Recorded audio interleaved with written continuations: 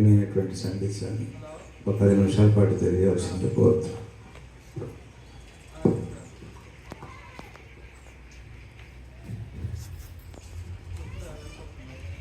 హరి ఓం శివాయ నమః. ఆది సర్వలోకాలకు ఆదర్శ దంపతులైన లక్ష్మీ శ్రీమన్నారాయణ మూర్తులకు శివపార్వతులకు అనేక సాష్టాంగ దండ ప్రణామములు. మా సద్గురుదేవులు వెంకటకోటి యోగేంద్ర వారి పాదపద్మములకు నమస్కరించుకుంటూ, అలాగే ఈ ఆశ్రమ వ్యవస్థాపకులు మరి దాన్ని నిత్యం పరిరక్షిస్తూ దానికి సేవకులుగా నాయకులుగా ఉంటూ మరి ఆశ్రమాన్ని నడిపిస్తున్నటువంటి వారి యొక్క పరంపర మహాత్ములందరూ కూడా హృదయపూర్వక ధన్యవాదాలు తెలుపుతూ, ఈ స్టేజీని అలంకరించిన పెద్దలు, కింద ఉన్నటువంటి భక్తులందరూ కూడా హృదయపూర్వక నమస్కారాలు. మరి ఈరోజు ఎందుకంటే చాలా సుదీర్ఘంగా కొనసాగినటువంటి ఈ ఆశ్రమం, ఎందుకంటే వాస్తవానికి ఇంత దూరం ఏడొద్దామని అనుకున్నాం, కానీ ఇంత చరిత్ర కలిగినటువంటి ఆశ్రమాన్ని ఒకసారి మనం కళ్ళతో చూస్తే మంచిది కదా అనిపించి, ఎందుకంటే మిమ్మల్ని ఉద్ధరించడానికి కాదు మేము వచ్చింది, మమ్మల్ని ఉద్ధరించుకోవడానికి. ఎందుకంటే మీరుంటే కానీ ఈ 4 మాటలు మేము మాట్లాడతాం, మీతో పాటు మేము కూడా వింటాం. ఎందుకంటే మాలో చెప్పేవాళ్ళు ఉన్నారు, కానీ వినేవాడు ఉండాలిగా. వినేవాడు ఉన్నాడు, ఆచరించేవాడు ఉన్నాడు. అందుకని ఆ చెప్పే 4 మాటలు మిమ్మల్ని ఆధారం చేసుకొని మేము చెప్పి మేము విని మా జీవితాన్ని తరింపజేసుకోవాలంటే మీ అందరూ ఒక ఆధారం మాకంతే. వాస్తవానికి ఈ లోకంలో ఎవరిని ఎవరు ఉద్ధరించలేరు. ఉద్ధరించేటట్టయితే మహాత్ములు కన్నా కళలు ప్రపంచం మొత్తాన్ని ఒక దెబ్బ ఎప్పుడో మార్చేసేవాడు. ఎవరు కృష్ణ పరమాత్మ లాంటి వాడు. ఇప్పుడు దాకా మనం చెప్పుకున్నాం 18 అధ్యాయాలు 700 శ్లోకాలుగా ఉంటుంది. ఒక్కొక్క మాట ఒక మంత్రం. స్వామి 574 శ్లోకాలు ఆయన ముఖపద్మం నుంచి జాలువారిని. ఏవి కూడా ఈ మొత్తం కూడా కలియుగం మొత్తానికి సరిపోయేంత బోధ జ్ఞానామృతం భగవద్గీతలో ఇమర్చబడి ఉన్నది. అట్లాంటి గీత, అట్లాంటి కృష్ణ పరమాత్మే యుద్ధం జరగకుండా ఉంటే బాగుండని శత విధాల ప్రయత్నం చేసింది. ఎందుకంటే యథార్థాన్ని దర్శించాలంటే సంపూర్ణ మూల భారతం అంతా చదివే వాళ్ళకి తెలిసింది. అందులో ఎంత ప్రయత్నం చేసినా కూడా యుద్ధం అనివార్యమైంది. అయింది కాబట్టి అది ఆ యుద్ధంలో నుంచి మరి మా భగవద్గీత ఇవన్నీ రావడం జరిగింది. ఒకటి ఎలా ఉంటుందంటే, మంచిలో చెడు ఉంటుంది, చెడులో మంచి ఉంటుంది, మంచి చెడుకి అతీతమైనవి ఉంటాయి. ధర్మం ఉంటుంది, అధర్మం ఉంటుంది, ధర్మ సూక్ష్మం ఉంటుంది, ధర్మ రహస్యం ఉంటుంది, ధర్మ సూక్ష్మ రహస్యాలు ఉంటాయి, సనాతన ధర్మం. ఇట్లా మనకు అనేక రకాలుగా ఉన్నాయి. ఇన్ని మామూలు ధర్మాలు, మామూలు విలువలే మనకు సరిగ్గా తెలియనప్పుడు ఈ సూక్ష్మాలు రహస్యాలు మనకు ఏమర్థం అవుతాయి? ఏమిటి సూక్ష్మ రహస్యాలు అనే విషయాన్ని మీరు తీసుకుంటే, మామూలుగా అయితే భగవద్గీత చదువుతుంటే ఆ యుద్ధ పర్వాలన్నీ చదువుతుంటే హృదయం ద్రవించిపోయి. వాస్తవానికి జరగకుండా ఉండాలని మహర్షులు, కృష్ణ భగవానుడు లాంటి వాళ్ళు, వేదవ్యాస మహర్షి ఎంతో మంది ప్రయత్నం చేసిన యుద్ధం జరిగింది. కానీ భారత యుద్ధమే లేకపోతే అసలు ఈరోజు మన మహాభారతమే లేదు. భారతదేశానికి చరిత్ర చెప్పుకోవడానికి కూడా లేదు. మనకు భగవద్గీత లేదు, విష్ణు సహస్రనామం లేదు, భీష్మ నీతులు లేవు, యక్ష ప్రశ్నలు లేవు, అసలు ఏమి కృష్ణ భగవానుడే లేడు. భారత యుద్ధం జరిగింది కాబట్టే కృష్ణుని మొగతహ జాలువారిన భగవద్గీత ఉండబట్టే కృష్ణుడు మనకు దేవుడు అని తెలిసింది. లేకపోతే మనకేం తెలుసు ఆయన గురించి? కృష్ణుడు భార్యలు ఆయన 8 మందితో ఉన్నా అది మనకేం ఆదర్శం కాదు. ఆయన 80 మంది సంతానం కన్నా అదేం ఆదర్శం కాదు. ఆయన ఎన్ని క్రియలు చేసిన అది కాదు, ఎంతమంది దుష్ట సంహారం చేసిన అది కాదు. మనకి భగవద్గీత ఆయన ముఖపద్మం నుంచి మనకు ఉన్నటువంటి కోకొల్లలో శాస్త్రాలు ఉన్నాయి. ఆ శాస్త్రాల సారం అంతా కూడా భగవద్గీత ద్వారా అది కృష్ణుని మొగత జాలువారింది. అది కలియుగం మొత్తాన్ని కొన్ని లక్షల మంది సంహారానికి ఆర్తనాదాల్లో నుంచి ఆవిర్భవించింది. కొన్ని కోట్ల మంది హృదయాన్ని శాంతింపజేస్తుంది. ఇప్పుడు అట్లాంటి భగవద్గీత, అలాంటి జ్ఞానామృతం అది మనం కృష్ణుని ద్వారా విన్నాం. ఇవంతా జరిగింది. ఏం జరిగింది? పగులంతా వేలల్లో ఖర్చు పెట్టాం, అందరూ కూర్చున్నారు. ఏం చేసాం? యజ్ఞం చేసాం. యజ్ఞం అంటే ఏమిటి? కర్మకాండ. అందులో ఉచ్చారణ కలిపి భక్తిని జోడించి చేశాం. తప్పేం లేదు, మంచిదే.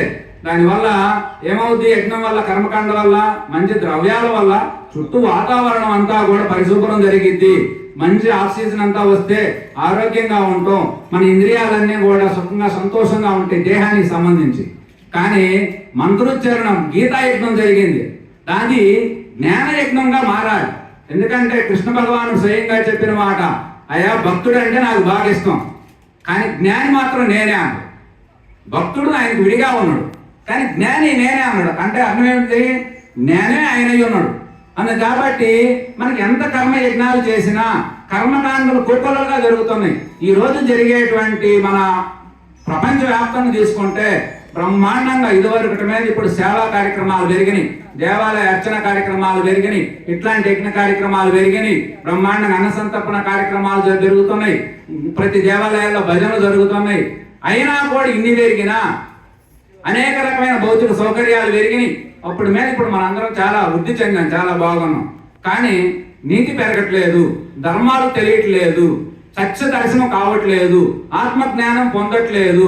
ఇవన్నీ చేయటం కోసమే ఇట్లాంటి ఆశ్రమాలను ఉద్భవించేది. ఏమిటంటే మహాత్ములందరూ ఈ ఆశ్రమాలు నడపాలంటే ముఖ్యంగా జ్ఞానం ఉండాలి. ఫస్ట్ జ్ఞానం ద్వారా అతను కొంత వైరాగ్యం పొంది ఆ తర్వాత త్యాగం ద్వారా నడిచింది.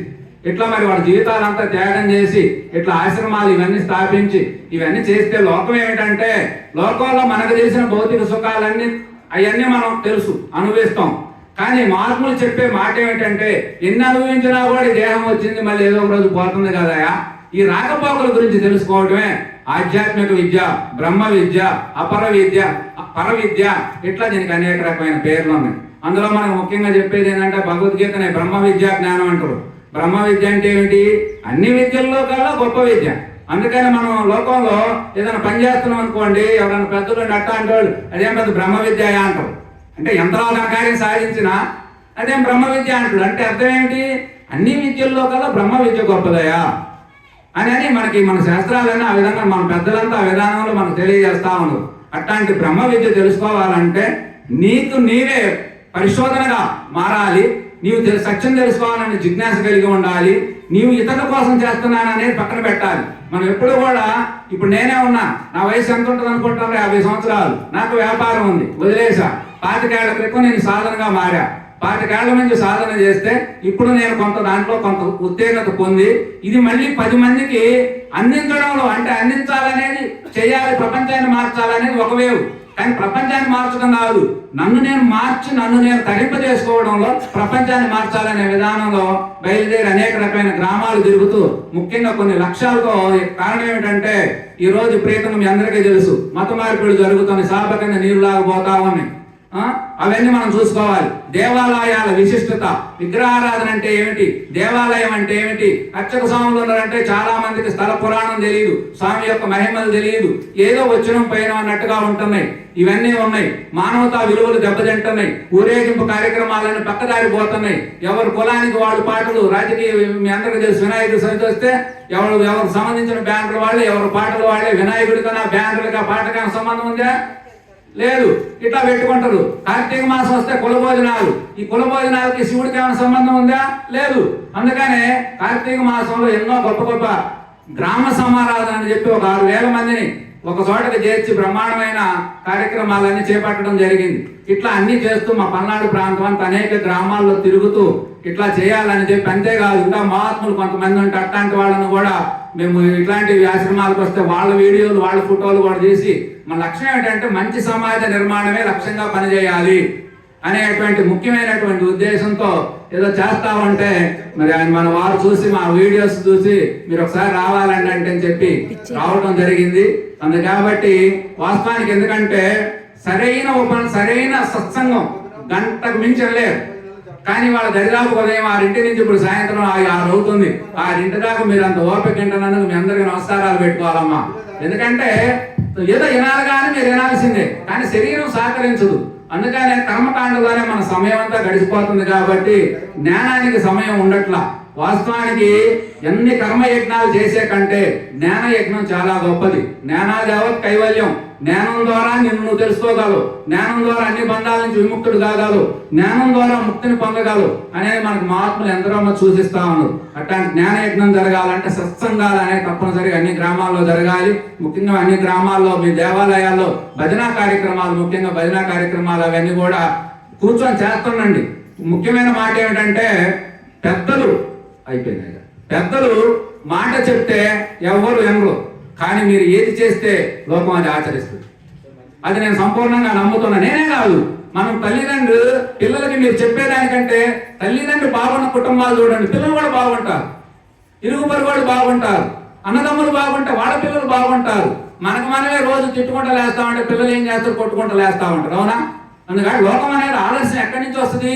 మనలో నుంచి వస్తుంది. మాటల్లో రాదు, చేతల్లో. నువ్వు ఏది ఆచరిస్తావో అనుష్ఠానమే ప్రధానమైంది. ఇతర మతాలకి మనకి తేడా ఏమిటో తెలుసా? ఆచరణే, ప్రచారం కాదు. మన ఆచరణే ప్రచారం, కానీ ఇతరులే ప్రచారం అట్లా అయిపోయింది. అందుకని ఆచరణ అనేది అంత గొప్పది. కాబట్టి అందరూ కూడా ఈ ఆశ్రమ ధర్మాలు వీటన్నింటిని కాపాడుతూ పరిరక్షిస్తూ ఈ ఆశ్రమాన్ని ఇంకా రానున్న రోజుల్లో అభివృద్ధి చేసుకోవాలి. ఇవాళ ఎందుకంటే స్థలాలు రేట్లు పెరిగిపోయినాయి, అవసరాలు. మనం కూడా ఈ ఉన్నదాన్ని మనం పరిరక్షించుకోవాలి. కొత్తవి సృష్టించాలంటే చాలా కష్టం అవుతుంది. ఉన్నవాటికి మనందరం సహకారం చేసుకుంటే భవిష్యత్తు తరాలకు మన యొక్క హైందవ సంస్కృతి సాంప్రదాయాలు ప్రపంచ శాంతి స్థాపనకు ఉపయోగపడేటువంటి లక్ష్యాలు ఇవన్నీ.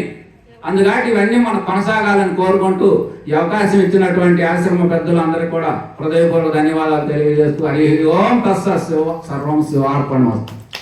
పూజ్య నారాయణ స్వామి వారు చక్కటి మనకి సందేశాన్ని తెలియజేశారు.